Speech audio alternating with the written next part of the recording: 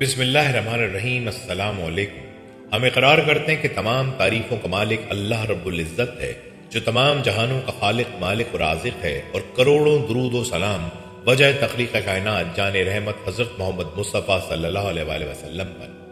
اللہ پاک آپ سب کو ہمیشہ اپنے کرم کے سائے میں رکھے۔ ناظرین، بہت سے لوگ حضرت آدم علیہ السلام اور حضرت اما حوا کے متعلق سوال کرتے ہیں کہ حضرت آدم علیہ السلام اور اما حوا سے پہلے دنیا میں کیا تھا اور یہ دنیا کیسے وجود میں آئی۔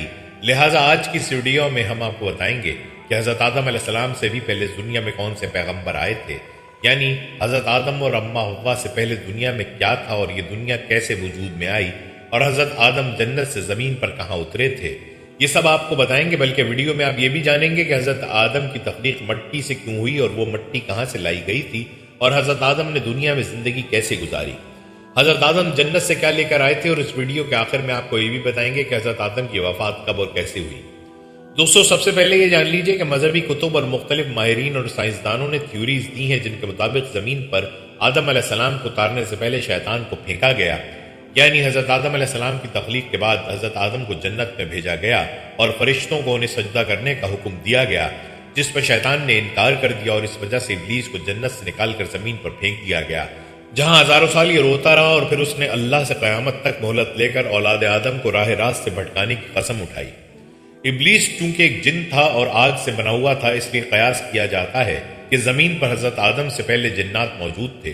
جنات کے فتنہ و فساد کی وجہ سے اللہ کے حکم سے فرشتوں کی فوج بھیج کر ان کو ختم کیا گیا، اور بچے ہوئے جنوں کا بسیرا جزیرے اور سمندر ہو گئے۔ سائنسدانوں کا کہنا ہے کہ آدم علیہ السلام سے پہلے زمین پر ڈائنوسار آباد تھے۔ انسانوں کی آبادی کے بعد ان کی نسلیں ختم ہونے لگیں۔ کچھ ماہرین کے مطابق آدم علیہ السلام سے پہلے زمین پر انسانوں جیسی مخلوقات موجود تھیں، جن کے کچھ واقعات اور ڈھانچے ملے ہیں، جس پر یہ خیال کیا جاتا ہے کہ آدم علیہ السلام سے پہلے بھی زمین پر انسان موجود تھے، جو باقی امتوں کی طرح ختم ہو گئے یا کر دیے گئے۔ کچھ لوگوں کے مطابق زمین خلائی مخلوقات کا مرکز تھا۔ سورہ ہود کی آیت نمبر 27 میں بیان کیا گیا ہے، وہی ہے جس نے زمین اور آسمان کو 6 دن میں پیدا کیا، اور اس وقت اس کا عرش پانی پر تھا۔ اس آیت کے مطابق حضرت آدم سے پہلے زمین پر صرف پانی موجود تھا، کسی بھی مخلوق کی طرف اشارہ نہیں کیا گیا۔ اس سے متعلق حضور صلی اللہ علیہ وآلہ وسلم سے لوگوں نے سوال کیا کہ آسمانوں اور زمین کے پیدا کرنے سے پہلے کیا تھا، تو آپ صلی اللہ علیہ وآلہ وسلم نے ارشاد فرمایا کہ اللہ کے سوا کچھ بھی نہ تھا، نہ اس کے اوپر ہوا تھی، نہ اس کے نیچے ہوا تھی۔ مطلب یہ کہ کچھ نہ تھا، پھر اس نے پانی پر اپنا عرش پیدا کیا، گویا یہ تھی مخلوق کی ابتدا۔ بخاری شریف میں بیان ہے کہ ایک بار آپ صلی اللہ علیہ وآلہ وسلم کے پاس یمن سے ایک وفد آیا اور کہا کہ ہمیں آپ سے علم لینا ہے، آپ ہمیں بتائیں کہ زمین پر آدم علیہ السلام سے پہلے کیا تھا۔ آپ صلی اللہ علیہ وآلہ وسلم نے فرمایا کہ کچھ نہیں، صرف اللہ تھا اور عرش پانی پر تھا، اور لوح محفوظ میں قلم سے سب لکھ کر محفوظ کر دیا گیا۔ آپ صلی اللہ علیہ وآلہ وسلم فرما رہے تھے کہ بلا شبہ اللہ نے سب سے پہلے قلم کو پیدا کیا، پھر اللہ نے اس کو حکم دیا کہ لکھ، چنانچہ وہ اسی وقت چل پڑا اور قیامت کے دن تک ہونے والی ہر چیز لکھی گئی۔ یہ اللہ تعالیٰ کا علم تھا جس کو قلم نے اس کے حکم کے مطابق لوح محفوظ پر لکھا۔ حضرت سیدنا عبداللہ بن عمر بن عاص رضی اللہ تعالیٰ عنہ روایت کرتے ہیں کہ میں نے سنا اللہ کے رسول صلی اللہ علیہ وآلہ وسلم فرما رہے تھے کہ اللہ نے آسمانوں اور زمین کی پیدائش سے 50,000 سال پہلے تمام مخلوقات کی تقدیروں کو لکھ دیا، اور اس وقت اس کا عرش پانی پر تھا۔ اس حدیث مبارکہ سے یہ بات واضح ہو گئی کہ سب سے پہلے پانی، پھر پانی پر عرش کی تخلیق ہوئی، پھر قلم کے فوراً بعد لوح محفوظ کو پیدا کیا گیا، جس پر سب کچھ جو قیامت تک ہونے والا تھا لکھ دیا گیا، پھر کائنات کے باقی مخلوق، آسمان زمین کی پیدائش وجود میں آئی۔ حضرت ابو ہریرہ رضی اللہ تعالیٰ عنہ سے روایت ہے کہ جب نبی کریم صلی اللہ علیہ وآلہ وسلم سے دنیا میں چیزوں کے وجود میں آنے کی ترتیب پوچھی گئی تو انہوں نے میرا ہاتھ تھاما اور کہا کہ اللہ نے جب یہ دنیا بنائی تو ان کی ترتیب کچھ یوں تھی: ہفتے والے دن مٹی پیدا کی، تو اتوار کو پہاڑ، پیر کو درخت، منگل کو تکالیف، بیماریاں، مصائب، بدھ کو نور، جمعرات کو چوپائے زمین پر پھیلا دیا، اور جمعے کے مبارک دن عصر سے رات کے درمیان آدم علیہ السلام کو پیدا کیا تھا۔ اس حدیث مبارکہ سے پتہ چلتا ہے کہ ابتدائی مخلوقات کی ترتیب کیا تھی۔ ان میں سب سے آخری نمبر حضرت آدم علیہ السلام کا تھا، جبکہ آدم علیہ السلام نسل انسانی میں سب سے پہلے اور تمام انسانوں کے باپ ہیں، جبکہ انسانوں سے پہلے فرشتے اور جن پیدا ہو چکے تھے۔ صاحب عقل مخلوقات میں سب سے پہلا نمبر فرشتوں کا، دوسرا نمبر جنوں کا، اور آخری نمبر انسانوں کا ہے۔ فرشتوں کی تخلیق کے بعد جنوں کو بھی انسان سے پہلے پیدا کیا گیا، جیسا کہ اللہ پاک سورہ الحجر آیت نمبر 27 میں ارشاد فرماتے ہیں، اور اس سے پہلے جنات کو ہم نے لو والی آگ سے پیدا کیا۔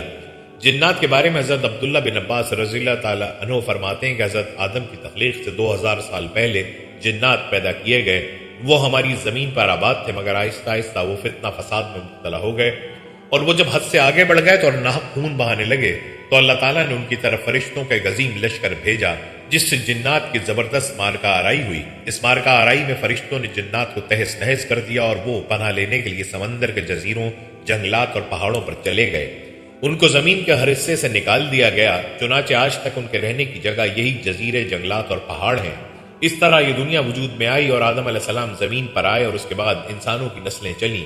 دوستو، یہاں یہ بھی جان لیجئے کہ آدم علیہ السلام کی تخلیق مٹی سے کیوں ہوئی اور وہ مٹی کہاں سے لائی گئی۔ حضرت آدم علیہ السلام کی نہ ماں ہے نہ باپ، بلکہ اللہ تعالیٰ نے ان کو مٹی سے بنایا ہے۔ چنانچہ روایت ہے کہ جب اللہ نے آپ کو پیدا کرنے کا ارادہ فرمایا تو حضرت اسرائیل علیہ السلام کو حکم دیا کہ زمین سے ایک مٹھی مٹی لائیں۔ اللہ کے حکم کے مطابق حضرت اسرائیل نے آسمان سے اتر کر زمین سے ایک مٹھی مٹی اٹھائی تو پوری روئے زمین کی اوپری پرت چھلکے کی مانند اتر کر آپ کی مٹھی میں آ گئی، جس میں 60 رنگوں اور مختلف کیفیتوں والی مٹیاں تھیں، یعنی سفید و سیاہ، سرخ و زرد رنگ والی، نرم و سخت، شیریں و تلخ، نمکین و پھیکی وغیرہ کیفیتوں والی مٹیاں شامل تھیں۔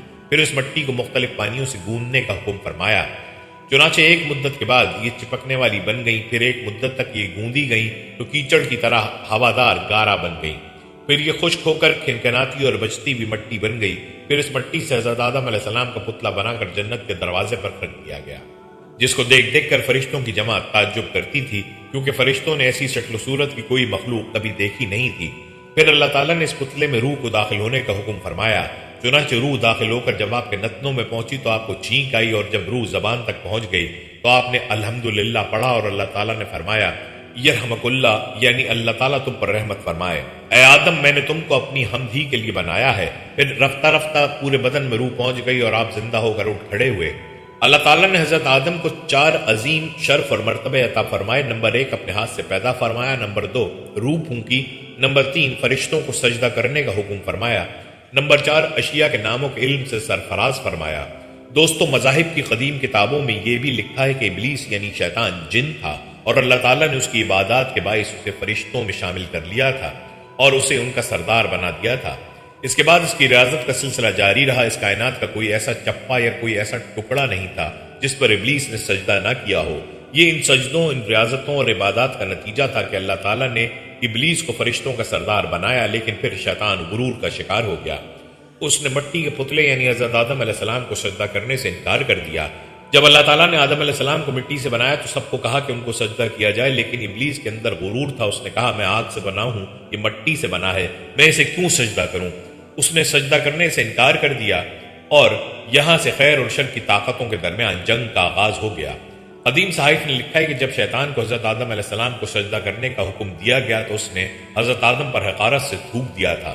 شیطان کا تھوک حضرت آدم علیہ السلام کے پیٹ پر گرا تھا، اور اس کے بعد اللہ تعالیٰ نے حضرت جبرائیل علیہ السلام کو تھوک والی مٹی نکالنے کا حکم دے دیا۔ حضرت جبرائیل نے یہ مٹی نکالی تو حضرت آدم کے پیٹ پر ایک چھوٹا سا سوراخ بن گیا۔ یہ سوراخ ناف کی شکل میں آج بھی ہمارے پیٹ پر موجود ہے۔ اللہ تعالیٰ نے اس ناف کی مٹی سے جس پر شیطان نے تھوکا تھا اس سے کتے کو بنایا تھا۔ دوستو، کتے کی تخلیق کے متعلق دوسری روایت یہ بھی ملتی ہے کہ جب حضرت آدم علیہ السلام اور حضرت اماں حوا کو اللہ تبارک تعالیٰ نے زمین پر بھیجا تو شیطان نے زمینی درندوں کو ورغلایا کہ وہ ان دونوں کو کھا جائیں۔ تب اللہ تبارک تعالیٰ نے کتے کو پیدا کیا۔ اس نے حضرت آدم اور حضرت اماں حوا کی ان درندوں سے حفاظت فرمائی، یعنی کتے کی پیدائش حضرت آدم علیہ السلام کو زمین پر بھیجنے کے فوراً بعد اللہ تبارک تعالیٰ نے فرمائی۔ بہرحال دوستو، ایک حدیث میں نقل کیا گیا کہ حضرت آدم کا پتلا جس مٹی سے بنایا گیا، چونکہ وہ مختلف رنگوں اور مختلف کیفیتوں کی مٹیوں کا مجموعہ تھی، اس لیے آپ کی اولاد یعنی انسانوں میں مختلف رنگوں اور قسم قسم کے مزاجوں کے لوگ ہیں۔ حضرت موسیٰ اشعری رضی اللہ تعالیٰ عنہ سے روایت ہے کہ نبی کریم صلی اللہ علیہ وآلہ وسلم نے ارشاد فرمایا، اللہ تعالیٰ نے حضرت آدم کو ایک مٹھی خاک سے پیدا فرمایا۔ یہ مٹی تمام روئے زمین سے حاصل کی گئی تھی۔ یہی وجہ ہے کہ حضرت آدم کی نسل میں مختلف رنگ و زبان کے لوگ پائے جاتے ہیں۔ حضرت آدم کی کنیت ابو محمد یا ابو البشر اور آپ کا لقب خلیفۃ اللہ ہے، اور آپ سب سے پہلے اللہ تعالیٰ کے نبی ہیں۔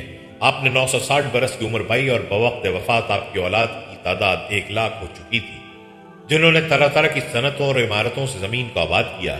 قرآن مجید میں بار بار اس مضمون کا بیان ہے کہ حضرت آدم علیہ السلام کی تخلیق مٹی سے ہوئی۔ چنانچہ سورہ آل عمران میں ارشاد فرمایا کہ عیسیٰ کی کہاوت اللہ کے نزدیک ایک آدم کی طرح ہے، اسے مٹی سے بنایا، پھر فرمایا ہو جا، وہ فوراً ہو جاتا ہے۔ دوسری آیت میں اس طرح فرمایا کہ بے شک ہم نے ان کو چمکتی مٹی سے بنایا، کہیں یہ فرمایا کہ اور بے شک ہم نے آدم کو بچتی ہوئی مٹی سے بنایا جو اصل میں ایک سیاہ ہودار گارا تھی۔ جب حضرت آدم علیہ السلام کو اللہ تعالیٰ نے بہشت میں رہنے کا حکم دیا تو آپ جنت میں تنہائی کی وجہ سے کچھ ملول ہوئے، تو اللہ تعالیٰ نے آپ پر نیند کا غلبہ فرمایا اور آپ گہری نیند سو گئے، تو نیند ہی کی حالت میں آپ کی بائیں پسلی سے اللہ تعالیٰ نے حضرت حوا کو پیدا فرمایا۔ جب آپ نیند سے بیدار ہوئے تو یہ دیکھ کر حیران رہ گئے کہ نہایت ہی خوبصورت اور حسین و جمیل عورت آپ کے پاس بیٹھی ہوئی ہے۔ آپ نے ان سے فرمایا کہ تم کون ہو اور یہاں کس لیے آئی ہو؟ تو حضرت حوا علیہ السلام نے جواب دیا کہ میں آپ کی بیوی ہوں اور اللہ تعالیٰ نے مجھے اس لیے پیدا فرمایا ہے تاکہ آپ کو مجھ سے انس اور سکون قلب حاصل ہو اور مجھے آپ سے انسیت تسکین ملے، اور ہم دونوں ایک دوسرے سے مل کر خوش رہیں اور پیار و محبت کے ساتھ زندگی بسر کریں اور اللہ تعالیٰ کی نعمتوں کا شکر ادا کرتے رہیں۔ قرآن مجید میں ایک مقام پر اللہ تعالیٰ نے حضرت حوا کے بارے میں ارشاد فرمایا اور اسی میں سے اس کا جوڑا بنایا اور ان دونوں سے بہت مرد و عورت پھیلا دیے۔ حضرت آدم و حوا کی تخلیق کا واقعہ مضامین قرآن مجید کے عجائبات میں سے ہے جس کے دامن میں بڑی بڑی عبرتوں اور نصیحتوں کے گوہر پوشیدہ ہیں، جن میں سے چند یہ ہیں۔ اللہ تعالیٰ نے حضرت آدم کو مٹی سے بنایا اور حضرت حوا کو حضرت آدم علیہ السلام کی پسلی سے پیدا فرمایا۔ قرآن کے اس فرمان سے یہ حقیقت عیاں ہوتی ہے کہ اللہ پاک نے انسانوں کو 4 طریقوں سے پیدا فرمایا ہے۔ اول یہ کہ مرد و عورت دونوں کے ملاپ سے جیسا کہ عام طور پر انسانوں کی پیدائش ہوتی ہے، چنانچہ قرآن مجید میں صاف صاف اعلان ہے کہ بے شک ہم نے آدمی کو پیدا کیا ملی ہوئی مٹی سے۔ دوم یہ کہ تنہا مرد سے ایک انسان پیدا ہوا اور وہ حضرت حوا علیہ السلام ہے کہ اللہ تعالیٰ نے ان کو حضرت آدم علیہ السلام کی بائیں پسلی سے پیدا فرما دیا۔ اور تیسرا یہ کہ تنہا ایک عورت سے ایک انسان پیدا ہوا اور وہ حضرت عیسیٰ علیہ السلام ہے جو کہ پاک دامن کنواری بی بی مریم علیہ السلام کے شکم سے بغیر باپ کے پیدا ہوئے۔ اور چوتھا یہ کہ بغیر مرد و عورت کے بھی ایک انسان کو اللہ تعالیٰ نے پیدا فرما دیا اور وہ انسان حضرت آدم علیہ السلام ہے کہ اللہ تعالیٰ نے ان کو مٹی سے بنا دیا۔ ان واقعات سے چند اسباق کی طرف رہنمائی ہوتی ہے۔ نمبر 1، اللہ پاک ایسا قادر و قیوم اور خلاق ہے کہ انسانوں کو کسی ایک خاصی طریقے سے پیدا فرمانے کا پابند نہیں ہے، بلکہ وہ ایسی عظیم قدرت والا ہے کہ جس طرح چاہے انسانوں کو پیدا فرما دے۔ چنانچہ ان 4 طریقوں سے اس نے انسانوں کو پیدا فرمایا جو اس کی قدرت و حکمت اور اس کی عظیم الشان اخلاقیات کا نشان اعظم ہے۔ سبحان اللہ، اللہ تعالیٰ کی شان خالقیت کی عظمت کا کیا کہنا۔ اس خلاق عالم نے کرسی و عرش اور لوح و قلم اور زمین و آسمان کو کن فرما کر موجود فرما دیا۔ اس کی قدرت کاملہ اور حکمت بالغہ کے حضور خلقت انسانی کی بھلا حقیقت و حیثیت ہی کیا ہے، لیکن اس میں کوئی شک نہیں کہ تخلیق انسان اس قادر مطلق کا وہ تخلیقی شاہکار ہے کہ کائنات عالم میں اس کی کوئی مثال نہیں، کیونکہ وجود انسان عالم خلق کی تمام مخلوقات کے نمونوں کا ایک ماج منقع ہے۔ اللہ اکبر نے کہا خوب ارشاد فرمایا، حضرت علی مرتضیٰ نے، انسان کیا تو یہ گمان کرتا ہے کہ تو ایک چھوٹا سا جسم ہے، حالانکہ تیری عظمت کا یہ حال ہے کہ تیرے اندر عالم اکبر سمٹا ہوا ہے۔ ممکن تھا کہ کوئی مرد یہ خیال کرتا کہ اگر ہم مردوں کی جماعت نہ ہوتی تو تنہا عورتوں سے کوئی انسان پیدا نہیں ہو سکتا تھا۔ اسی طرح ممکن تھا کہ عورتوں کو یہ گمان ہوتا کہ اگر ہم نہ ہوتی تو تنہا مردوں میں سے کوئی انسان پیدا نہ ہوتا۔ اسی طرح ممکن تھا کہ عورت و مرد دونوں مل کر یہ ناز کرتے کہ اگر ہم مردوں اور عورتوں کا وجود نہ ہوتا تو کوئی انسان پیدا نہیں ہو سکتا تھا۔ تو اللہ تعالیٰ نے 4 طریقوں سے انسان کو پیدا فرما کر عورتوں اور مردوں دونوں کا منہ بند کر دیا کہ دیکھ لو ہم ایسے قادر و قیوم ہیں کہ حضرت حوا کو تنہا مرد یعنی حضرت آدم کی پسلی سے پیدا فرما دیا۔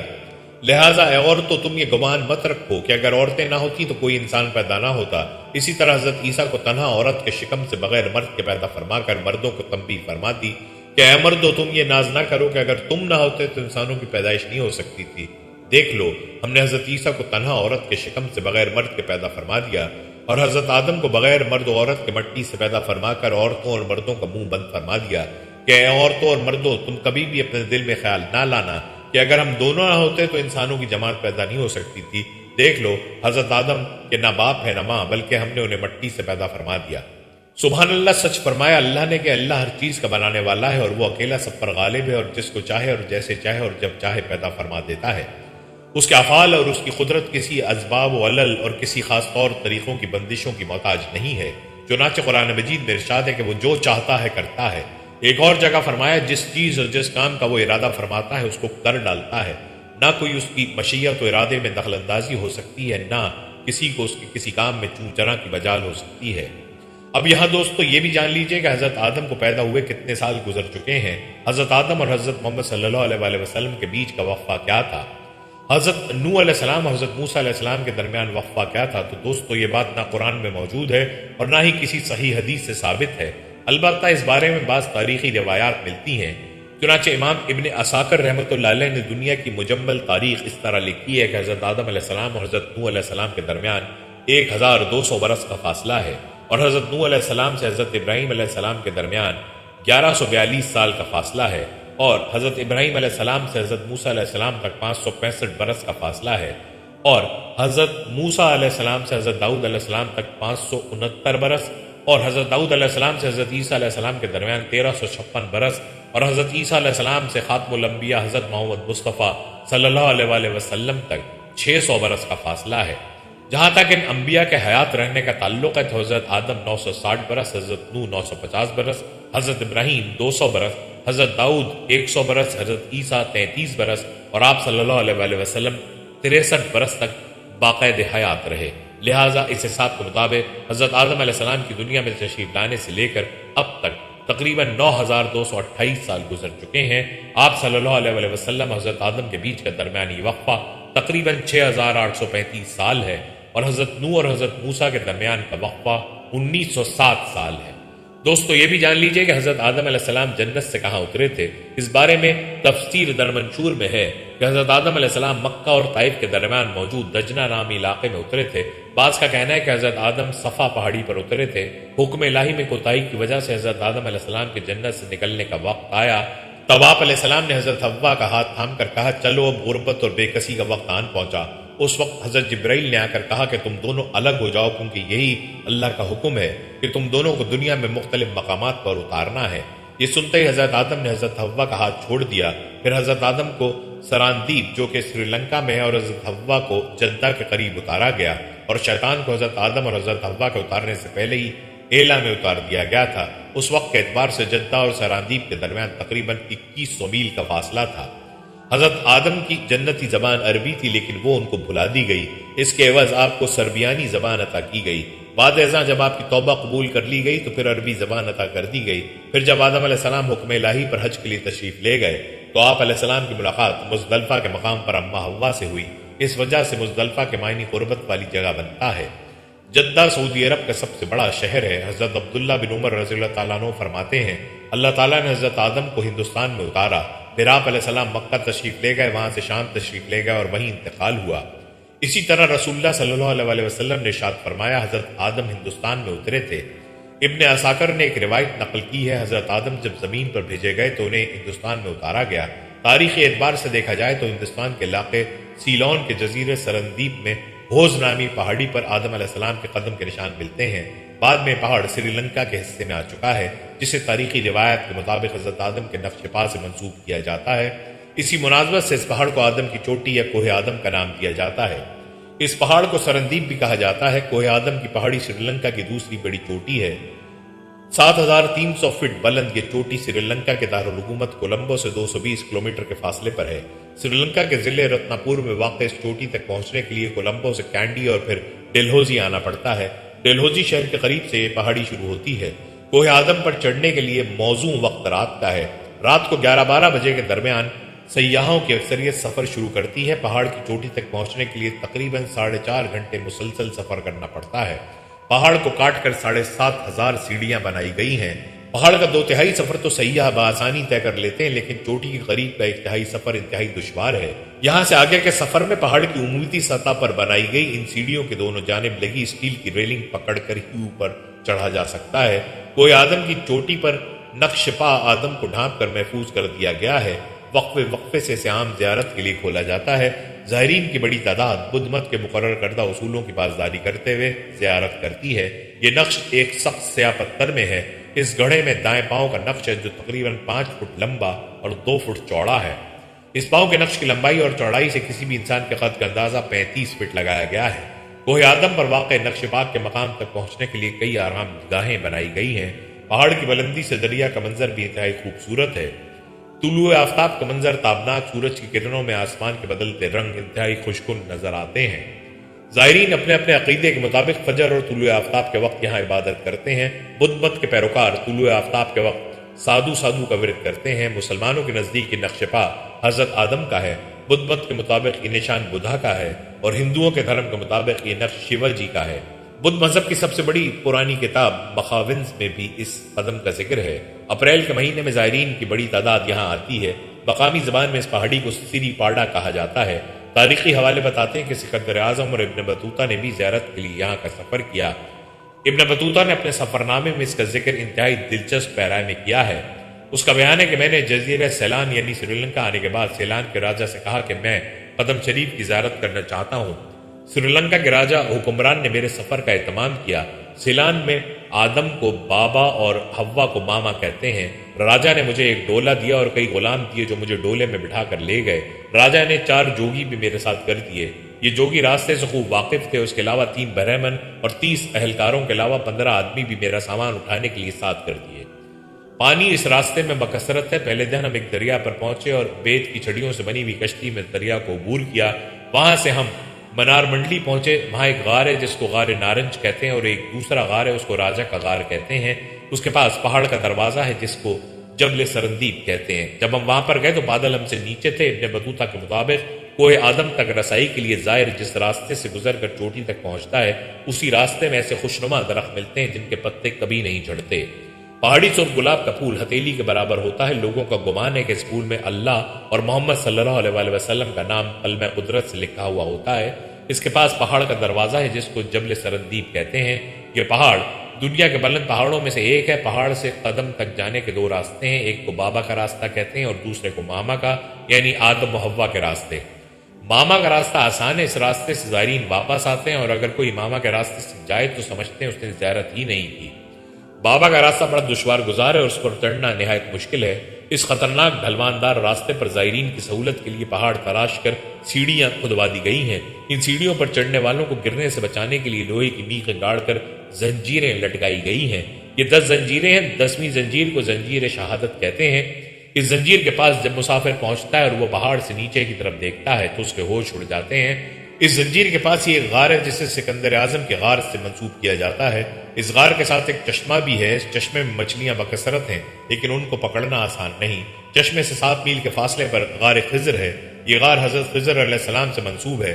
اس غار سے 2 میل اوپر قدم کا نشان ہے۔ یہ قدم بابا آدم کے پاؤں کا نشان بتایا جاتا ہے۔ یہ نقش ایک سیاہ تخت پتھر پر ہے۔ ابن بطوطہ کے مطابق کوہ آدم کی چوٹی تک پہنچنے کے لیے 9 میل چڑھائی چڑھنی پڑتی ہے۔ 6 میل چڑھائی کے بعد اصلی چوٹی نظر نہیں آتی۔ یہاں زمین اور سمندر کا نظارہ قابل دید ہے۔ ابن بطوطہ کے مطابق یہاں اہل چین بھی زیارت کے لیے آتے ہیں۔ یہاں کے لوگوں کا کہنا ہے کہ چین کے زائرین پاؤں کے انگوٹھے کے نشان کا پتھر توڑ کر لے گئے اور اسے چین کے شہر زیتون کے ایک مندر میں جا رکھا۔ اس نقش کی زیارت کے لیے اہل چین اس مندر میں آتے ہیں۔ قدم کے پاس پتھر میں 9 گڑھے کھدے ہوئے ہیں۔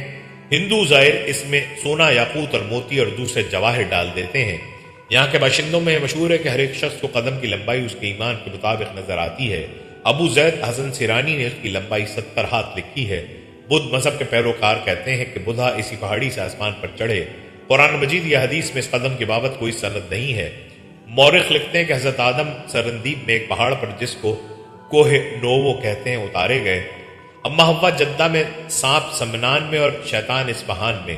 یہ جگہ بدھ مذہب کے پیروکاروں کے زیر انتظام ہے۔ بدھ مت ماننے والے اسے سری پید یعنی قدم شریف کہتے ہیں۔ یہاں آپ کو یہ بھی بتا دیں کہ حضرت آدم جب زمین پر اتارے گئے تو آپ کا پہلا کھانا اور لباس کیا تھا۔ تو دوستو روایت میں یوں بیان ہوا ہے کہ حضرت آدم علیہ السلام 100 سال یا 60 سال جنت میں رہے۔ اس عرصے میں دونوں پر جنت کے کسی بھی حصے میں جانے پر پابندی نہ تھی سوائے شجر ممنوعہ کے۔ شیطان اب ان دونوں کا کھلا دشمن تھا اور اپنی سزا کا بدلہ لینے کے لیے بے قرار بھی۔ اس کی شدید خواہش تھی کہ یہ اللہ کے حکم کی خلاف ورزی کریں۔ پھر شیطان نے ان دونوں کے دلوں میں وسوسہ ڈالا تاکہ ان کی شرمگاہیں جو ایک دوسرے سے پوشیدہ تھی بے پردہ ہو جائیں۔ اس نے انہیں کہا کہ تمہارے رب نے تم دونوں کو اس درخت سے اس لیے منع فرمایا کہ کہیں یہ پھل کھا کر تم دونوں فرشتے نہ ہو جاؤ یا کہیں ہمیشہ زندہ رہنے والوں میں سے نہ ہو جاؤ۔ شیطان کی ان باتوں نے حضرت حوا علیہ السلام کو سوچنے پر مجبور کر دیا اور پھر شیطان کے مسلسل اور تواتر کے ساتھ سازشیں رنگ لائیں اور اس نے حضرت حوا کو پھل کھانے پر راضی کر لیا۔ ایک دن حضرت حوا نے حضرت آدم سے کہا کہ ہم اس شجر ممنوعہ کا ذرا سا حصہ کھا کر تو دیکھیں، آخر وہ کیا راز ہے جو اللہ نے اسے کھانے سے منع فرمایا ہے۔ شروع میں تو حضرت آدم اس کے لیے قطعی طور پر تیار نہ تھے لیکن پھر حضرت حوا کے اصرار پر راضی ہو گئے۔ ابھی ان دونوں نے پھل کو پورے طور پر چکھا بھی نہ تھا کہ ان کی سترگاہیں ایک دوسرے پر آیا ہو گئیں۔ اس پر دونوں بدحواسی اور پریشانی میں جنت کے درختوں کے پتے توڑ توڑ کر اپنا بدن چھپانے لگے۔ اللہ نے دونوں کو پکارا اور فرمایا کہ کیا میں نے تم کو منع نہیں کیا تھا کہ اس درخت کا پھل نہ کھانا اور شیطان کے ورغلانے میں نہ آنا، یہ تمہارا کھلا دشمن ہے۔ دونوں نے جب اللہ کی پکار سنی تمہارے خوف الہی کے کانپ اٹھے، نہایت لاچارگی اور عاجزی سے اپنی خطا پر نادم و شرمندہ ہوتے ہوئے بارگاہ خداوندی میں عرض کیا، اے ہمارے رب، ہم دونوں سے بہت بڑی غلطی ہو گئی ہے، اب اگر آپ نے ہم پر رحم و کرم نہ کیا اور معاف نہ فرمایا تو ہم تباہ و برباد ہو جائیں گے۔ اللہ تعالیٰ نے فرمایا کہ اب تم دونوں ایک خاص مدت تک زمین پر ہی رہو گے جہاں تم ایک دوسرے کے دشمن ہوگے اور وہاں ہی مرنا اور اسی میں سے پھر پیدا ہونا ہے۔ تو دونوں کو زمین کی طرف روانہ کر دیا۔ روایت میں ہے کہ حضرت آدم کو ہند، حضرت حوا کو جدہ اور ابلیس کو بصرے سے چند میل کے فاصلے پر دمستیمان کے مقام پر اتارا گیا۔ حضرت صدی رحمۃ اللہ علیہ فرماتے ہیں کہ جب حضرت آدم جنت سے ہند میں اترے تو ان کے پاس حجر اسود تھا اور جنت کے درختوں کے پتوں کی ایک مٹھی بھی تھی۔ پھر حضرت آدم نے ان پتوں کو زمین پر پھیلا دیا اور یہ خوشبودار درخت ان پتوں ہی کی پیداوار ہیں۔ حضرت آدم زمین پر آنے کے بعد نہایت شرمسار اور افسردہ تھے اور پھر حضرت حوا سے علیحدگی نے بھی سخت پریشانی میں مبتلا کر دیا تھا۔ روایت میں ہے کہ آپ ایک طویل عرصے تک اللہ کے حضور گڑ گڑاتے، فریاد کرتے اور آنسو بہاتے رہے، یہاں تک کہ اللہ تعالیٰ کو ان کی اس گریہوزاری پر رحم آ گیا اور پھر ایک دن حضرت جبرائیل علیہ السلام نے حضرت آدم کے پاس آ کر انہیں اللہ کی جانب سے معافی کی نوید سنائی۔ حضرت آدم خوشی سے سرشار بارگاہ خداوندی میں سر بسجود ہو کر شکر بجا لائے۔ پھر حضرت جبرائیل انہیں لے کر مکہ آئے جہاں حضرت آدم نے کعبہ شریف کی بنیاد رکھی اور حجر اسود کو کعبے کی دیوار پر نصب فرما دیا، پھر اس کے گرد طواف کیا۔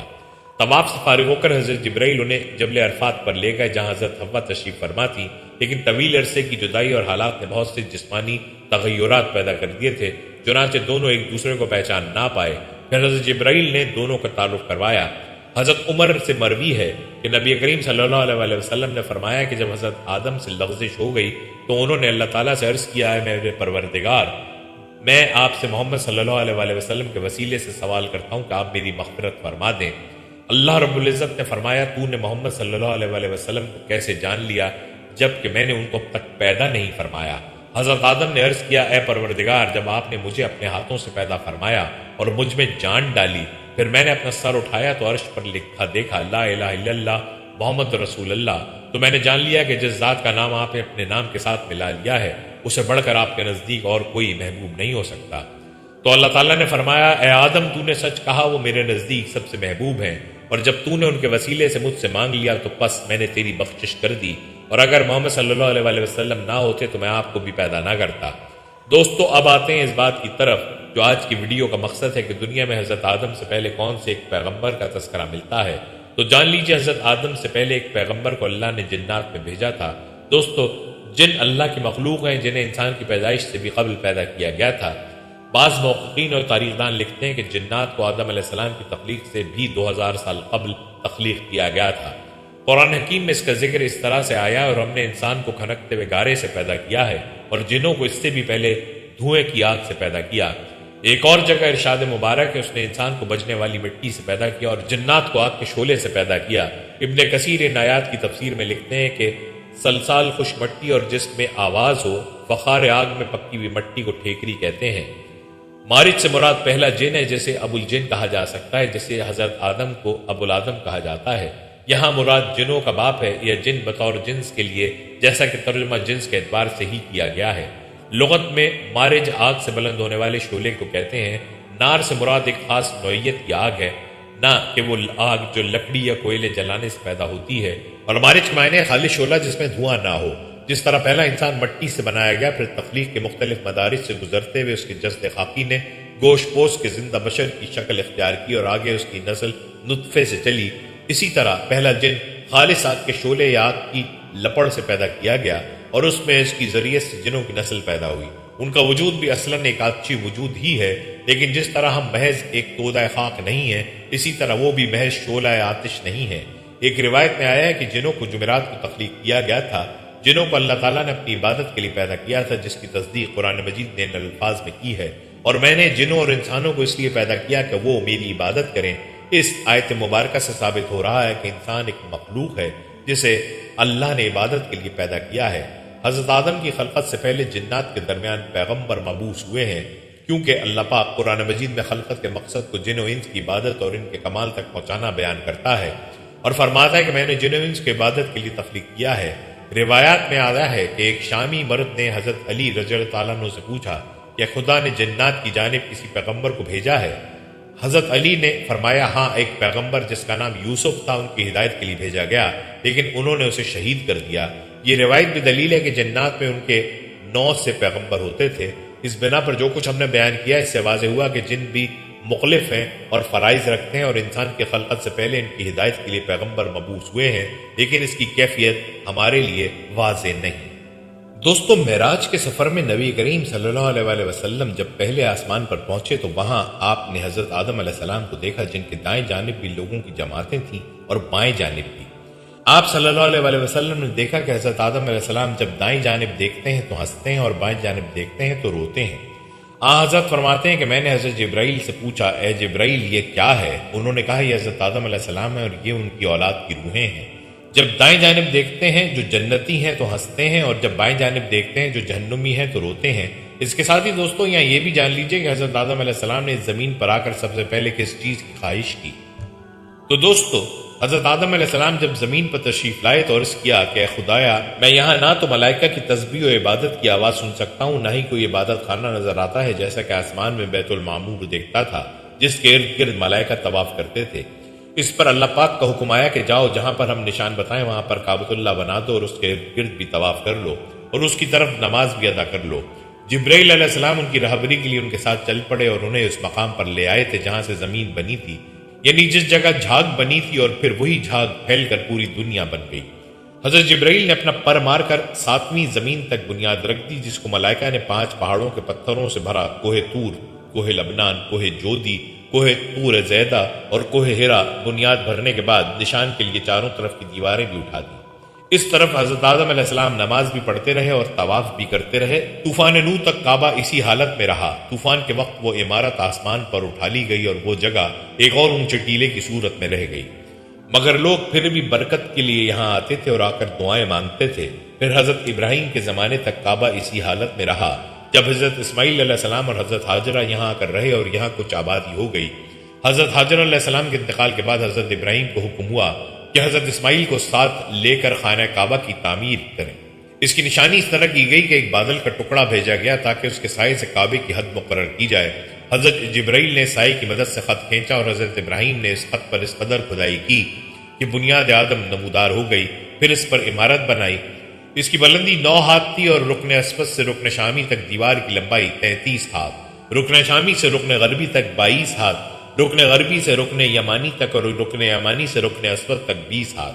اس طرح خانہ کعبہ کی عمارت مستطیل شکل میں بنی۔ حضرت ابراہیم نے خانہ کعبہ کے اندر ایک تغار سا بنایا تاکہ کعبے کے لیے جو نذرانے اور تحفے آئیں وہ اس میں رکھے جا سکیں۔ اس کے دروازے 2 تھے، ایک داخل ہونے کے لیے اور ایک نکلنے کے لیے۔ کعبہ بنانے والے حضرت ابراہیم تھے اور ان کو گارا اور پتھر اٹھا کر دینے والے حضرت اسماعیل علیہ السلام۔ اس دفعہ اس کی تعمیر کے لیے 3 پہاڑوں کے پتھر لائے گئے۔ بعد میں اس عمارت میں کچھ تبدیلیاں بھی کی گئیں۔ اس کی اونچائی مزید بڑھائی گئی، دروازہ بھی 2 کے بجائے 1 کیا گیا۔ یہاں دوستو آپ کو یہ بھی بتا دیں کہ آدم علیہ السلام اللہ تعالیٰ کے برگزیدہ نبی تھے۔ جب اللہ نے انہیں پیدا کرنا چاہا تو فرشتوں اور ابلیس سے کہا کہ میں کھنکھناتے ہوئے سیاہ اور سڑے ہوئے گارے سے ایک انسان بنانے والا ہوں۔ جب میں اسے ٹھیک طرح سے بنا کر مناسب شکل دے دوں اور اس میں اپنی روح پھونک دوں تو تم سب اس کے آگے سجدے میں گر پڑنا۔ الغرض اللہ تعالیٰ نے پوری زمین سے ایک مٹھی مٹی لی۔ یہی وجہ ہے کہ آدم علیہ السلام کی اولاد میں کوئی گورا ہے، کوئی کالا، کوئی سانولا ہے، کوئی نرم ہے، کوئی سخت ہے، کوئی ناپاک ہے، کوئی پاک ہے۔ پھر اللہ تعالیٰ نے اس مٹی کے خلاصے سے گارا تیار کیا۔ جب گارا سیاہ اور بدبودار ہو گیا اور اس سے کھنکن کی آواز آنے لگی تو اللہ تعالیٰ نے اپنے دونوں ہاتھوں سے آدم علیہ السلام کا پتلا بنایا۔ پھر اللہ نے پتلے کو کچھ عرصے کے لیے ویسے ہی چھوڑ دیا۔ جب ابلیس نے اسے دیکھا تو اس کے گرد چکر لگانے لگا اور اس کو بغور دیکھتا رہا۔ اس نے دیکھا کہ پتلا اندر سے خالی ہے تو وہ سمجھ گیا کہ آدم اپنے اوپر قابو نہ رکھ سکیں گے۔ پھر اللہ تعالیٰ نے جمعے کے دن عصر کے بعد اس پتلے کو زندہ انسان بن جانے کا حکم دیا۔ حکم سنتے ہی وہ پتلا زندہ انسان بن گیا۔ جب اللہ تعالیٰ نے آدم علیہ السلام کو پیدا کیا اور ان کے جسم میں روح پھونکی تو انہیں چھینک آئی۔ انہوں نے اللہ کے حکم سے الحمدللہ کہا۔ اللہ تعالیٰ نے فرمایا یرحمک اللہ، تم پر رحم کرے۔ پھر اللہ تعالیٰ نے ان سے فرمایا جاؤ ان فرشتوں کو سلام کرو اور سنو وہ کیا کہتے ہیں، جو کچھ وہ کہیں وہی تمہارا اور تمہاری ذریت کا سلام ہوگا۔ آدم علیہ السلام ان کے پاس گئے اور ان سے کہا السلام علیکم۔ فرشتوں نے جواب دیا وعلیکم السلام ورحمۃ اللہ وبرکاتہ۔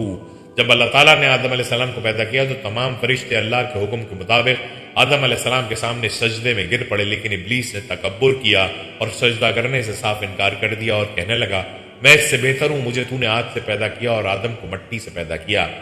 ابلیس جنات میں سے ہے، اللہ تعالیٰ کا فرمان ہے، مگر ابلیس جنات میں سے تھا۔ دوسری بات یہ کہ نبی کریم صلی اللہ علیہ وسلم کا فرمان ہے کہ ابلیس آگ سے پیدا ہوا اور فرشتے نور سے پیدا ہوئے۔ تیسری بات یہ کہ ابلیس کی اولاد ہے، جبکہ فرشتوں میں تناسل کا سلسلہ نہیں ہے۔ اسی طرح ابلیس نے اللہ تعالیٰ کی نافرمانی کی، جبکہ فرشتے ایسی مکرم مخلوق ہیں کہ اللہ تعالیٰ کے احکام کی نافرمانی نہیں کرتے۔ اگر یہ کہا جائے کہ شیطان جب فرشتوں میں نہیں تو اسے سجدہ کرنے کا حکم کیوں دیا گیا؟ جواب یہ کہ اسے اپنے علم اجتہاد اور عبادت کی وجہ سے آسمان میں ایک بلند مقام حاصل تھا۔ اس کا ذکر سورہ کہف میں موجود ہے۔ وہاں الفاظ آئے ہیں وہ جنوں میں سے تھا، پس اس نے سرکشی کی اپنے رب کے حکم سے۔ فرشتوں میں سے ہوتا تو نافرمانی کیسے کرتا؟ فرشتوں کی شان تو یہ ہے کہ وہ اللہ کے کسی حکم سے سرتابی نہیں کر سکتے۔ ازرو الفاظ قرآنی وہ اللہ کے کسی حکم کی نافرمانی نہیں کرتے اور جو حکم بھی انہیں دیا جاتا ہے اسے بجا لاتے ہیں۔ جنات بھی انسانوں کی طرح ایک ذی اختیار مخلوق ہے جسے ایمان و کفر اور طاعت و معصیت دونوں کی قدرت بخشی گئی ہے۔ چنانچہ جنات میں نیک بھی ہیں، بد بھی ہیں، اعلیٰ بھی ہیں، ادنا بھی ہیں، جیسے انسانوں میں ہیں، لیکن یہ عزازیل جو جن تھا علم اور عبادت دونوں کے اعتبار سے بہت بلند ہو گیا تھا اور فرشتوں کا ہم نشین تھا۔ یہ فرشتوں کے ساتھ اس طور پر شامل تھا جیسے بہت سے انسان بھی اگر اپنی بندگی میں زہد میں نیکی میں ترقی کریں تو ان کا عالم ارواح کے ساتھ، عالم ملائکہ کے ساتھ اور ملا اعلیٰ کے ساتھ ایک رابطہ قائم ہوتا ہے۔ اسی طرح عزازیل بھی جن ہونے کے باوجود اپنی نیکی، عبادت، پارسائی اور اپنے علم میں فرشتوں سے بہت آگے تھا، اس لیے معلم الملکوت کی حیثیت اختیار کر چکا تھا اور اسے اپنی اس حیثیت کا بڑا ذوم تھا، جیسا کہ عرض کیا گیا۔ قرآن حکیم میں قصہ آدم و ابلیس کے ضمن میں یہ بات 7 بار آئی ہے کہ فرشتوں کو حکم ہوا کہ آدم کو سجدہ کرو، سب جھک گئے مگر ابلیس نے سجدے سے انکار کر دیا۔ آدم و ابلیس کا یہ قصہ سورہ بقرہ کے بعد سورہ الاعراف میں، پھر سورہ الحجر میں، پھر سورہ بنی اسرائیل میں، پھر سورہ الکہف میں، پھر سورہ طٰہٰ میں اور پھر سورہ سواد میں آئے گا۔ یعنی یہ قصہ قرآن حکیم میں 6 مرتبہ مکی صورتوں میں آیا ہے اور ایک بار مدنی صورت سورہ البقرہ میں۔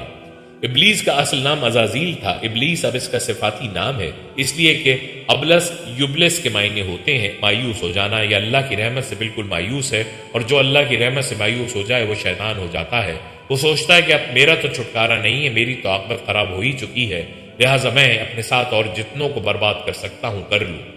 ناظرین، حضرت ابو ہریرہ رضی اللہ تعالیٰ عنہ بیان کرتے ہیں کہ رسول اللہ صلی اللہ علیہ وسلم نے فرمایا جب اللہ تعالیٰ نے آدم علیہ السلام کو پیدا کیا تو ان کی کمر پر ہاتھ پھیرا، چنانچہ وہ تمام جانیں نکل پڑیں جو اللہ تعالیٰ آدم کی ذریت میں سے قیامت تک پیدا کریں گے۔ ہر انسان کی دونوں آنکھوں کے بیچ میں نور کی لاٹ بنا دی، پھر انہیں آدم علیہ السلام کے سامنے پیش کیا۔ انہوں نے پوچھا یہ کون لوگ ہیں؟ اللہ تعالیٰ نے بتایا تمہاری ذریت۔ آدم علیہ السلام نے ان میں سے ایک شخص کو دیکھا، ان کو اس کی آنکھوں کے درمیان جو نور تھا وہ بہت پسند آیا، کہنے لگے اے میرے رب یہ کون ہے؟ اللہ تعالیٰ نے فرمایا یہ تمہاری اولاد کی آخری جماعتوں میں سے ایک شخص ہے جس کا نام داؤد ہے۔ آدم علیہ السلام نے پوچھا اے میرے رب تو نے اس کی عمر کتنی رکھی ہے؟ اللہ نے فرمایا 60 سال۔ آدم علیہ السلام نے عرض کیا اے میرے رب میری عمر سے اس کی عمر میں 40 سال بڑھا دے۔ بس اللہ تعالیٰ نے ایسا کر دیا اور اس پر گواہ بھی ٹھہرا دیا۔ تو جب آدم علیہ السلام کی عمر مکمل ہو گئی تو اللہ نے ان کی طرف ملک الموت کو بھیجا۔ آدم علیہ السلام نے کہا کیا میری عمر میں سے ابھی 40 سال باقی نہیں ہیں؟ ملک الموت نے کہا کیا آپ نے یہ سال اپنے بیٹے داؤد کو ہبا نہیں کیے تھے؟ آدم علیہ السلام نے انکار کر دیا، لہٰذا آپ کی اولاد بھی انکاری ہے، اور آدم علیہ السلام بھول گئے، لہٰذا آپ کی اولاد بھی نسیان کا شکار ہو گئی۔ اسی طرح اللہ تعالیٰ نے آدم علیہ السلام کی پشت سے نکلنے والی اولاد سے میدان عرفات میں عہد لیا۔ اللہ تعالیٰ نے جتنی مخلوق پیدا کرنی تھی ان کو آدم علیہ السلام کے آگے چیونٹیوں کی طرح پھیلا دیا، پھر ان سے بالمشافہ گفتگو فرمائی۔ اس کے بعد اللہ تعالیٰ نے آدم علیہ السلام کی پسلی سے ان کی بیوی کو پیدا کیا تاکہ آدم ان سے سکون حاصل کریں، پھر اللہ نے انہیں جنت میں رہنے کا حکم دیا۔ آدم علیہ السلام جمعے کے دن جنت میں داخل ہوئے۔ اللہ تعالیٰ نے آدم علیہ السلام سے فرمایا تم اپنی بیوی کے ساتھ اس جنت میں رہو اور جہاں سے چاہو خوب کھاؤ پیو، لیکن اس درخت کے قریب بھی نہ جانا ورنہ تم نقصان اٹھاؤ گے، اور یہ ابلیس تمہارا اور تمہاری بیوی کا دشمن ہے، اس سے ہوشیار رہنا کہیں ایسا نہ ہو کہ یہ تمہیں جنت سے نکلوا دے، الغرض یہاں تم بڑے عیش و آرام سے رہو گے۔ آدم علیہ السلام اور ان کی زوجہ جنت میں بڑے آرام سے رہ رہے تھے، لیکن ابلیس ان کے پیچھے لگا ہوا تھا۔ اس نے آدم علیہ السلام سے کہا اے آدم میں تمہیں ایسا درخت نہ بتاؤں کہ جس کو کھا کر تم کو ایسی سلطنت مل جائے جس میں کبھی ذوف نہ آنے پائے؟ اور ایک دن ان سے کہنے لگا تمہارے رب نے جو تمہیں اس درخت سے منع کیا ہے صرف اس لیے کہ کہیں تم فرشتے نہ بن جاؤ اور ہمیشہ زندہ رہو، اور پھر قسم کھا کر کہا میں تم دونوں کا خیر خواہ ہوں، الغرض اللہ تعالیٰ نے جو عہد آدم علیہ السلام سے لیا تھا، آدم علیہ السلام اسے بھول گئے اور ابلیس نے بالآخر ان کو ورعلا ہی دیا۔ آدم علیہ السلام کی زوجہ مطہرہ سیدہ حوا نے پہلے درخت سے کھایا اور آدم علیہ السلام کو ترغیب دی، بالآخر دونوں نے درخت کا پھل کھا لیا۔ اسی لیے نبی کریم صلی اللہ علیہ وسلم نے فرمایا کہ اگر حوا نہ ہوتی تو کوئی عورت اپنے خاوند کے ساتھ خیانت نہ کرتی۔ درخت سے کھانا ہی تھا تو ان کی شرمگاہیں ایک دوسرے کے سامنے ظاہر ہو گئیں۔ یہ دیکھ کر انہوں نے جنت کے پتے اپنے اوپر چپکانے شروع کر دیے۔ اللہ تعالیٰ نے انہیں پکار کر فرمایا، کیا میں نے تم دونوں کو اس درخت کے کھانے سے منع نہیں کیا تھا؟ اور میں نے تم سے نہیں کہا تھا کہ شیطان تم دونوں کا کھلا دشمن ہے، اس سے ہوشیار رہنا۔ اللہ تعالیٰ نے آدم علیہ السلام کو طویل القامت پیدا کیا تھا، سر میں بال گھنے تھے۔ جب انہوں نے اس درخت سے کھا لیا، ان کا لباس علیحدہ ہو گیا، ان کا ستر نظر آنے لگا۔ وہ بھاگے تو ایک درخت نے ان کے بال پکڑ لیے، وہ اس سے جھگڑنے لگے۔ اللہ تعالیٰ نے فرمایا، اے آدم مجھ سے بھاگتے ہو؟ آدم علیہ السلام نے عرض کیا، تجھ سے شرم آتی ہے؟ اس نافرمانی کی وجہ سے اللہ تعالیٰ نے فرمایا، تم یہاں سے اتر کر نیچے چلے جاؤ، اب تمہیں کچھ عرصے کے لیے زمین پر رہنا ہے اور وہیں فائدہ اٹھانا ہے۔ پھر اللہ نے جمعے ہی کے دن انہیں زمین پر اترنے کا حکم دیا اور اسی دن وہ زمین پر اتار دیے گئے۔ اللہ تعالیٰ نے اس درخت کا تعین نہیں کیا جس سے آدم علیہ السلام کو منع کیا گیا تھا، اور تعین میں ہمارے لیے کوئی فائدہ نہیں ہے۔ اگر ہوتا تو اللہ تعالیٰ ہمارے لیے ضرور بیان فرما دیتا، اور قرآن کی تفسیر کرنے والے کے لیے ضروری ہے کہ وہ قرآن کے مبہم مقامات کا تعین اس وقت تک نہ کرے جب تک رسول اللہ صلی اللہ علیہ وسلم کی صحیح صریح حدیث نہ مل جائے۔ آدم علیہ السلام کتنی مدت جنت میں رہے اور ان کی اولاد جنت میں ہوئی یا نہیں، اس کے متعلق صحیح معلومات ثابت نہیں۔ آدم علیہ السلام کی اولاد میں شادی کا طریقہ تاریخ میں نقل ہے کہ حوا علیہ السلام کے ہاں ہر حمل سے ایک لڑکا اور ایک لڑکی پیدا ہوتے تھے۔ ایک حمل سے پیدا ہونے والا لڑکا دوسرے حمل سے پیدا ہونے والی لڑکی سے شادی کرتا تھا۔ حدیث میں ہے کہ قیامت کے دن جب لوگ جنت کے قریب ہو جائیں گے تو آدم علیہ السلام کے پاس آئیں گے، کہیں گے، اے ہمارے باپ، ہمارے لیے جنت کو کھلوا دو۔ تو آدم علیہ السلام کہیں گے کہ تم کو اس جنت سے صرف تمہارے باپ کی غلطی نے نکالا تھا۔ آدم علیہ السلام اپنی زوجہ کے ساتھ زمین پر آ گئے۔ اللہ تعالیٰ نے دعائیہ کلمات سکھائے، ان دونوں نے ان دعائیہ کلمات کے ساتھ اللہ تعالیٰ سے معافی مانگی۔ اللہ تعالیٰ نے جمعے کے روز ان کی توبہ قبول فرمائی۔ جب آدم علیہ السلام زمین پر رہنے لگے تو پھر اللہ نے ان کے لیے عمدہ لباس کا انتظام فرمایا اور اللہ نے ان کی اولاد کو عزت و کرامت سے سرفراز فرمایا۔ بحر و بر میں ان کی نقل و حرکت کے لیے سواریاں مہیا کی اور ان کے لیے پاکیزہ کھانوں کا انتظام فرمایا اور اپنی بہت سی مخلوقات پر برتری عطا فرمائی۔ آدم علیہ السلام کی اولاد بہت ہوئی، ان میں سے دو نے ایک مرتبہ اللہ تعالیٰ کی راہ میں قربانی پیش کی۔ اللہ نے ایک کی قربانی قبول فرمائی، دوسرے کی نہیں۔ جن کی قربانی قبول نہیں ہوئی اپنے بھائی سے کہنے لگا، میں تمہیں ضرور قتل کروں گا۔ بھائی نے جواب دیا کہ اللہ تعالیٰ تو متقی لوگوں کی قربانی قبول فرماتا ہے، تم میں تقوی نہیں ہے اس لیے تمہاری قربانی قبول نہیں ہوئی، اس میں میرا کیا قصور ہے؟ بالآخر اس نے اپنے بھائی کو قتل کیا۔ قتل کرنے کے بعد سمجھ نہیں آیا کہ اپنے مقتول بھائی کی لاش کا کیا کرے۔ اللہ تعالیٰ نے ایک کوا بھیجا جو زمین پر اتر کر زمین کو کوریدنے لگا۔ قاتل بھائی نے کوے سے سیکھا کہ کس طرح اپنے بھائی کی لاش کو چھپائے، پھر اپنے اس فعل پر بہت شرمندہ ہوا اور افسوس کیا۔ قاتل کا نام قابیل تھا، مقتول کا نام حابیل تھا۔ قابیل پہلا شخص ہے جس نے بنی آدم میں قتل کو جاری کیا۔ آدم علیہ السلام بہت روئے اس قتل پر اور افسوس کیا۔ آدم علیہ السلام کی عمر اللہ تعالیٰ نے 1000 سال رکھی تھی۔ آدم علیہ السلام نے 40 سال اپنی عمر میں سے داؤد علیہ السلام کو ہبہ کیے تھے۔ بہرحال اللہ تعالیٰ نے آدم علیہ السلام کی عمر 1000 سال کر دی اور داؤد علیہ السلام کی عمر 100 سال کر دی۔ حابیل کے مرنے کے بعد اللہ تعالیٰ نے آدم علیہ السلام کو ایک بیٹا دیا جس کا نام انہوں نے شیش علیہ السلام رکھا اور اپنی وفات سے پہلے حضرت شیش علیہ السلام کو وصیت کی۔ جب فرشتوں نے حضرت آدم علیہ السلام کی روح قبض کر لی تو فرشتے اپنے ساتھ خوشبو اور کفن لے کر آئے تھے۔ پھر فرشتوں نے غسل دیا، کفن پہنایا اور نماز جنازہ پڑھی، قبر کھودی اور لحد میں دفن کیا۔ پھر کہا، اے بنی آدم، یہ ہے تقویم و تدفین وغیرہ کا طریقہ۔ آدم علیہ السلام کا انتقال جمعے کے روز ہوا، دفن کی جگہ نامعلوم ہے۔ آدم علیہ السلام کے انتقال کے بعد سیدہ حوا کا انتقال ہو گیا۔ آدم علیہ السلام کا قد 60 ہاتھ تھا۔ ابو ہریرہ رضی اللہ تعالیٰ عنہ سے روایت ہے کہ نبی کریم نے فرمایا، موسیٰ علیہ السلام نے آدم علیہ السلام سے بحث کی، کیا آپ نے لوگوں کو اپنی غلطی گناہ کے سبب سے جنت سے نکلوایا اور انہیں بدبخت بنایا؟ آدم علیہ السلام نے فرمایا، اے موسیٰ، اللہ تعالیٰ نے آپ کو رسالت اور کلام کرنے کے لیے چنا اور آپ مجھے ایک ایسے معاملے میں ملامت کر رہے ہیں جو اللہ تعالیٰ نے میری تخلیق سے قبل لکھ دیا تھا۔ رسول اللہ صلی اللہ علیہ وسلم نے فرمایا، آدم علیہ السلام دلیل کے ذریعے موسیٰ علیہ السلام پر غالب آ گئے۔ اور دوستو، آخر میں حضرت آدم علیہ السلام کی وفات کب اور کہاں کیسے ہوئی، اس حوالے سے آپ کو آگاہ کر دوں کہ جب حضرت آدم حابیل کی موت کی وجہ سے بے قرار رہتے تھے تب اللہ پاک نے حضرت جبرائیل کو آپ کی تسلی کے لیے بھیجا۔ آپ علیہ السلام نے آدم علیہ السلام کو بحکم خداوندی بتایا، اللہ ان کو ایک فرزند عنایت کرے گا جس کی نسل سے پیغمبر پیدا ہوں گے۔ چنانچہ حابیل کے مرنے کے 5 سال بعد حضرت ابراہیم علیہ السلام کے یہاں فرزند پیدا ہوا جس کا نام شیش رکھا۔ اس کا مطلب ہے اللہ کا دیا ہوا تحفہ۔ یہ نام رکھنے کی وجہ یہ ہے کہ حابیل کے مرنے کے 5 سال بعد اللہ پاک نے ان کو شیس عطا فرمایا۔ جب حضرت آدم کی وفات کا وقت قریب آیا تو انہوں نے اپنے بیٹوں سے فرمایا کہ بیٹو میرا جنت کے پھل کھانے کا جی چاہ رہا ہے۔ وہ تلاش کے لیے نکل گئے تو انہیں سامنے سے فرشتے آتے ہوئے ملے جن کے پاس حضرت آدم کا کفن اور خوشبو تھی اور ان کے پاس کلہاڑے اور ٹوکریاں بھی تھیں۔ انہوں نے کہا آدم کے بیٹو تمہیں کس چیز کی تلاش ہے؟ انہوں نے کہا ہمارے والد بیمار ہیں اور جنت کے میوے کھانے کی خواہش رکھتے ہیں۔ فرشتوں نے کہا واپس چلے جاؤ، تمہارے والد فوت ہونے والے ہیں۔ اور جب فرشتے حضرت آدم علیہ السلام کی روح قبض کرنے کے لیے آئے تو حوا علیہ السلام نے ان کو دیکھ کر پہچان لیا۔ وہ حضرت آدم سے چمٹ گئیں۔ حضرت آدم نے فرمایا کہ مجھ سے الگ ہو جاؤ، پہلے بھی تمہارے ذریعے سے ہی مصیبت پہنچی تھی، مجھے میرے رب کے فرشتوں کا ساتھ دینے دو۔ فرشتوں نے ان کی روح قبض کی، غسل دیا، کفن پہنایا، خوشبو لگائی، آپ کی قبر کھودی اور لحد تیار کی۔ حضرت جبرائیل نے ان کے بیٹے حضرت شیس علیہ السلام کو نماز جنازہ پڑھنے کا طریقہ بتایا۔ آپ علیہ السلام نے نماز جنازہ پڑھائی۔ عام طور پر تاریخی کتب میں حضرت آدم علیہ السلام کی عمر مبارکہ 960 سال بیان کی گئی ہے۔ کہتے ہیں آپ کو جبل ابی قیس کے گھر غار قنز میں دفن کیا گیا۔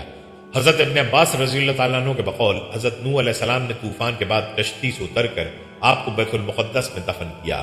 حضرت حوا علیہ السلام کے بارے میں بھی بہت سی روایات ہیں کہ آپ بھی آدم علیہ السلام کی وفات کے 1 سال بعد ہی انتقال فرما گئیں اور ساتھ ہی دفن ہوئی۔ ہماری اللہ پاک سے دعا ہے کہ اللہ پاک حضرت آدم علیہ السلام اور حضرت اماں حوا کو امت مسلمہ کی طرف سے بہترین جزائے خیر عطا فرمائے اور ہمیں آدم و حوا علیہ السلام کی زندگی سے سبق سیکھنے اور اس پر عمل کرنے کی توفیق عطا فرمائے، آمین یا رب العالمین۔ دوستو، یہ تھی ہماری آج کی ویڈیو۔ امید کرتے ہیں کہ آپ کو ہماری آج کی ویڈیو ضرور پسند آئی ہوگی۔ اگر آپ کو ہماری آج کی ویڈیو پسند آئی ہے تو آپ سے گزارش ہے کہ ہمارے چینل کو ضرور سبسکرائب کر لیں اور بیل کے بٹن کو بھی پریس کر لیں تاکہ آپ کے پاس ہماری آنے والی مزید معلوماتی ویڈیوز کا نوٹیفیکیشن بر وقت ملتا رہے۔ سبسکرائب کے ساتھ ساتھ ہماری ویڈیو کو لائک بھی کریں اور اپنی قیمتی رائے کا اظہار کمنٹس میں ضرور کریں۔ کمنٹس میں آپ اپنے سوالات بھی ہم تک پہنچا سکتے ہیں۔ اللہ تعالیٰ آپ کو اپنے حفظ و امان میں رکھے، آمین۔